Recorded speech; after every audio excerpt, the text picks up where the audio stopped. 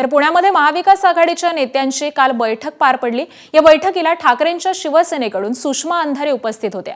महाविकास आघाडी म्हणून चर्चा केली। आज पुन्हा जागा वाटपाबाबत चर्चा करू अशी माहिती सुषमा अंधारे यांनी या बैठकीनंतर दिली आहे। पाहूयात।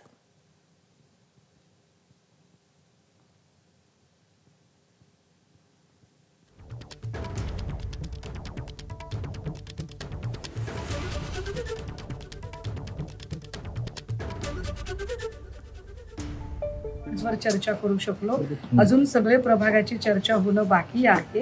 आम्ही साधारणतः 1 ते 14 प्रभागापर्यंतची चर्चा आमची आता झालेली आहे। अजून काही चर्चा करणं बाकी आहे। त्यामुळे उर्वरित जी चर्चा आहे, प्रभाग इतके सगळे जास्त असल्यामुळे आणि ही सगळी चर्चा आता होऊ शकत नाही सलगपणे, त्या मानवीय मर्यादा लक्षात घेता आम्ही उर्वरित जी चर्चा आहे ती उद्या पुन्हा बसत आहोत चर्चेसाठी। उद्या अजून सचिन भाऊही असतील आमच्या सोबत चर्चेला आणि इतर अजून मंडळी असतील।